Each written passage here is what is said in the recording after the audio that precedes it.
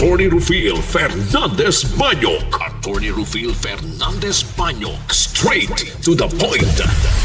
O karon, ania ang inyong anchorman. Versus Veritatem sed pro veritate. Wa kitay mahimo aron sa pagpakigbatok sa kamatuoran, kundi aron sa pagdapig sa kamatuoran. Straight to the point. Luzon, Visayas ug Mindanao, Pilipinas, ug sa katawhan kutob sa mabot sa tong Sibya sa tibuok kalibutan via internet. Mayong buntag ug kumusta live gikan sa Queen City of the South, Cebu City, Philippines. Welcome nining atong tulumanon ug inyong tulumanon. Straight to the point. Kini gilang gyapon ngayong ubos nga lagad sa kahanginan sa kasamang Rufil Fernandez Banyok. Maoy padayon makiguban kaninyo nining laing adlaw sa atong pagpakigbisog. Adlaw karon mga higala nga Huwebes o gapit sa 21 na buwan sa Mayo tuig 2026. Sa gihapon hatagantag pagtagad ng mga isyos nga may labot ang lungsod. Nagbagang mga expose, naguna mga reports. Dinhi lamang gyapon mga higala sa atong pagaban-uban nining atong tulumanon ug inyong tulumanon. Straight to the point. Nagunas to may skutanan karong nga buntaga makigsunan. Lokal nga kagamhanan sa lungsod sa Argao ni pasidaan sa mga ligo sa usa ka public beach sa lawi sa mga lungsod sa nidagsa nga jellyfish o mga bukya diha sa kadagatan. Straight to the point. Pagtindaghan ng bukya, may gala maruting bukya sa drone mga sukit di paminaw. No, tagatanig pagtaga doon perting inita kay sa panahon. Unya mao ni mahigala sa tindagsa sa mga bukya. Labi na dito mga kagalaan sa kadagatan sa Argao. Straight to the point. Samtang sa pikas bahin, business sector sa Sugbo na balaka nga makapasaka o galastuhan sa ilang operasyon o makaapekto sa pagsalig sa mga investors.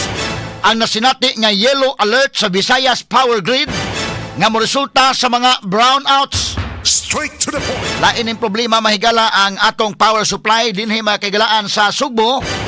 Gumikan mga higala sa mga kakulian no sa atong kining yellow alert na takaron.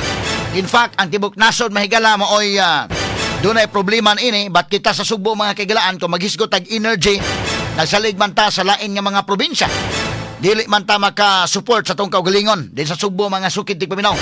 Nay mga coal power plants nato diri mga higala apan dili igo no nga makasuporta kay ang Sugbo malambuon man daghan mahigala mga establishments. In fact kini nga may SRP nga bahin kung mutuybo na musugod na mahigala ang mga nagadi ang mga buildings na doon na po lain nga requirements sa elektrisidad mo na nga dili medyo lisod no so magnihita mahigala sa supply makasinati taw mga brownouts. Straight to the Mo point. ni ang mga problema nga angay natong atubangon mga sukid tig paminaw angay sulbaron sa atong kagamhanan mga kaigalaan. Straight to the point. Samtang sa pikas bahin Cebu City Business Permits and Licensing Office na nalipod sa paghatag ni ini og business permit sa niaging buwan alang sa Binaleo Landfill. Straight to the point. Hatagan na danig business permit. Bisan kung nagpadayon pa ang investigasyon sa insidente sa labayanan o basura nga nikalas og 36 ka mga tao.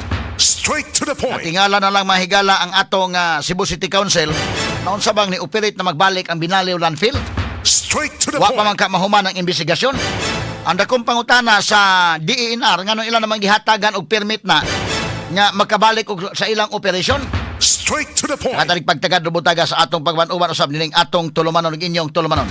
Straight to the point. Laing dakong hisgutanan karon butaga mahigala mao. Ang Korte Suprema ni dinay sa hangyo nga temporary restraining order ni Senador Ronald Bato de la Rosa aron pugnan ang pagpatuman sa warrant of arrest sa International Criminal Court Bato kaniya. Straight to the Sa point. buto mahigala nga 951, ha? Siya mahigala sa mga Supreme Court Justices ang ni pabor, ang ni matawag na to mahigala og supak nga isyuhan og TRO. Lima ni ini mahigala ang ni pabor og dunay usa ato ning sutaon makigalaan na ni abstain. Straight to the point. 951 no kining maong number of justices mga sukid tig paminaw hatagan tanig pagtagad butaga sa atong pagban-uban ning atong tulumanon ug inyong tulumanon. Straight to Pero the ang point. ilang desisyon unya pa sa Lunes pohon day download ay mo na nga wa pa ta makabasa gyud sa tibuok desisyon o gagiun sa pagsulti labi na ang mga dissenting opinions mga suking tig paminaw. Tagan ta sa pagtagad karabutaga sa atong pagban-uban ning atong tulumanon ug inyong tulumanon.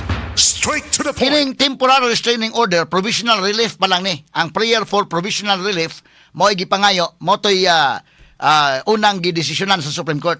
Dili pa ang main nga kaso. So man nato ipaklaro mga sukitig paminaw, tagantarig pagtagad rubutaga sab sa atong pagbanuban ning atong tulumanon ug inyong tulumanon. Straight to the point. Ang copy sa resolution o opinions pagawas sa Mayo 25 pa. Ningon na dayon ang Malacañang valido kuno ang warrant mga kaigalan. Ang uban mahigala nga mga legal luminaries mga sukitig paminaw ingon nga kulang pa. Dili pa ang main case maoy na resolve. Tagantarig pagtagad rubutaga sab sa atong pagbanuban ning atong tulumanon ug inyong tulumanon. Straight to the Samtang point. Vice Presidente Sara Duterte gitagaan og hangtod Hunyo 1 diha sa pagtubag na mahigala sa Articles of Impeachment nagipasa ka batok niya didto na mahigala sa Senado. Straight to the point. Ang Senado is Impeachment Court mao na mahigala ni serve sa Articles of Impeachment ug gitagaan siya mahigala og 10 days sa paghatag sa iyang tubag. Straight to the Sa point. laing bahin, Senador Pia Cayetano mao na ang bagong chairperson sa Senate Blue Ribbon Committee, hulip ni Senador Panfilo Ping Lacson. Straight to the Mao ning point. ato may galang gidiscuss kagahapon kinsa may inyong gusto nga mahimong mopuli ni Lacson.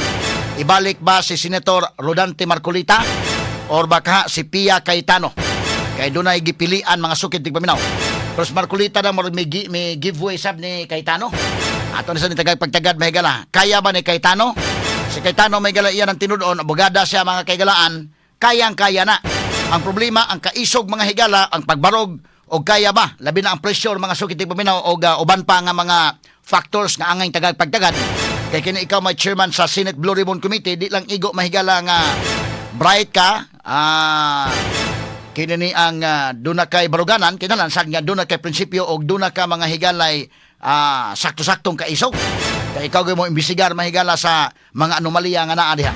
Straight to the point. So si Pia, so far mahigala medyo okay raman. So far sa atong pag-observe niya sa senator mga sukid tigpabinaw. O ginaot pa mahigala nga doon nag-iimbestigasyon nga mapadayon labot sa flood control projects. Straight to the point. Kini guban pang mga isgutanan niyo mabati exclusive over DYHP RMN Cebu 612 sa dial sa inyong mga radyo sa 93.9 IFM.